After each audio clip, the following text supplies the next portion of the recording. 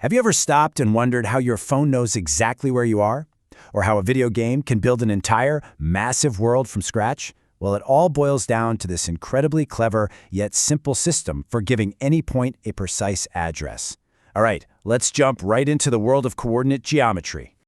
To really get a grip on this powerful idea, we're going to start with a problem that I think we can all relate to: trying to find one specific person in a crowded room. Okay, so take a look. This is Preeti's class. Now imagine a new teacher walks in. He needs to find Preeti, but he has no idea what she looks like or who's who. All he has is this seating chart.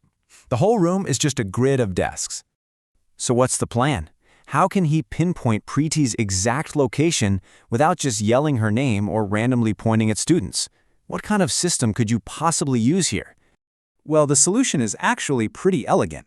You just use the columns and the rows. If you look at the chart, Preeti is in the third column from the left, and she's in the fourth row from the front. That's it. 2 simple numbers, and you've found her seat. No problem. And this brings us to a really important idea: the ordered pair. We'd write Preeti's location as 3, 4. That means column 3, row 4. And believe me, the order is absolutely critical. Because if you flip those numbers around to 4, 3, you wouldn't find Preeti at all. Nope. You'd end up at Mary's desk over in column 4, row 3. See, 2 totally different people, 2 totally different spots. Okay, so we've got the basic classroom idea down. Now let's take that concept and scale it up, way up, into the powerful mathematical tool known as the Cartesian coordinate system, developed by the brilliant René Descartes. So on the left, you see our familiar classroom grid. And on the right, that's the formal Cartesian plane. Now here's the really cool part. They are, at their core, the exact same thing. Both systems just use 2 lines that cross each other to create a grid, which lets us find any location with just a pair of numbers. All right, so let's get the official lingo down. That horizontal line, which was our columns, we call that the x-axis. The vertical line, our rows, that's the y-axis. And the spot where they cross, that's our starting point. We call it the origin, and it's located at 0, 0. And that pair of numbers, the address for our location, we call those the coordinates. So, we have our map and we have the language. Now it's time for the fun part: learning how to actually move around and place points anywhere on this infinite grid. So, the first thing you'll probably notice is that these 2 axes, the x and the y, they slice the entire plane up into 4 separate sections. We call these quadrants, and they're numbered 1, 2, 3, and 4, starting up in the top right and then going counterclockwise. And here's a little cheat sheet for you. Each quadrant has a really simple rule based on whether the x and y numbers are positive or negative. As you can see here, in quadrant I, everything's positive. Jump over to quadrant 2, and the x is negative, but the y is positive, and so on. This is your secret weapon for knowing exactly where a point is going to land just by looking at its signs. So how do we actually plot a point, say 4, 2? It's super simple. You always start at the origin, right at 0, 0. First, you walk along the x corridor, in this case 4 steps to the right because it's positive. Then, from there, you take the y elevator. You go 2 units up. And that's it. That's your spot. Right 4, up 2. Simple as that.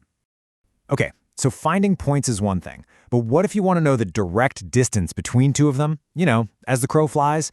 Well, coordinate geometry has a beautiful way to solve that too. So check this out. If you have any 2 points on the plane, you can always form a perfect right-angled triangle by drawing a straight horizontal line from one and a straight vertical line from the other. And doing this reveals a brilliant connection to a very famous theorem from way back in ancient geometry. So what are the lengths of the sides of that triangle we just made? It's just simple subtraction. The horizontal length is just the difference between the 2 x-coordinates. And the vertical length? Well, that's just the difference between the y-coordinates. We're just finding the sides of our triangle.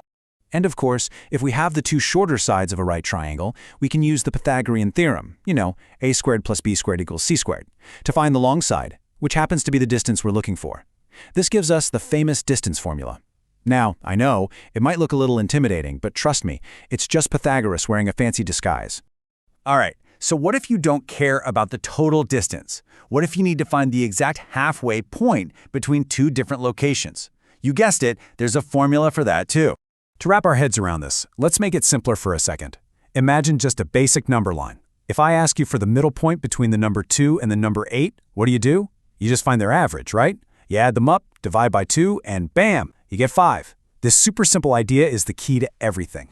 Because we do the exact same thing in 2 dimensions. To find the midpoint between any 2 points, all you do is find the average of their x-coordinates, and then, separately, you find the average of their y-coordinates. That gives you the brand new coordinates for the point that's smack dab in the middle. Okay, this has been a pretty fascinating journey through the theory, but let's bring it all back down to Earth. Why does any of this actually matter? Why have people spent centuries perfecting the system?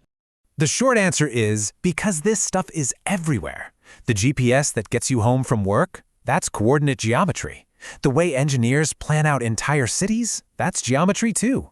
Drones navigating through the sky, meteorologists mapping weather patterns, even emergency services figuring out the fastest way to get to you. It all runs on this system of coordinates. Here's a perfect real-world example. Think about a city map. You can just pick a major intersection, say Main Street and First Avenue, and call that your origin, your 0, 0. And just like that, every other location in the city, a hospital, a park, your house, can be given a precise coordinate address on that grid. So we've pretty much mastered the art of describing any location on a flat, 2-dimensional plane. From a simple seat in a classroom to an entire city block, the system of x, y works perfectly. But that leaves us with one last, really interesting question. Our world isn't flat, is it? So how do we adapt this system to describe locations in our real 3-dimensional world with all its height and depth? Well, that is a story for another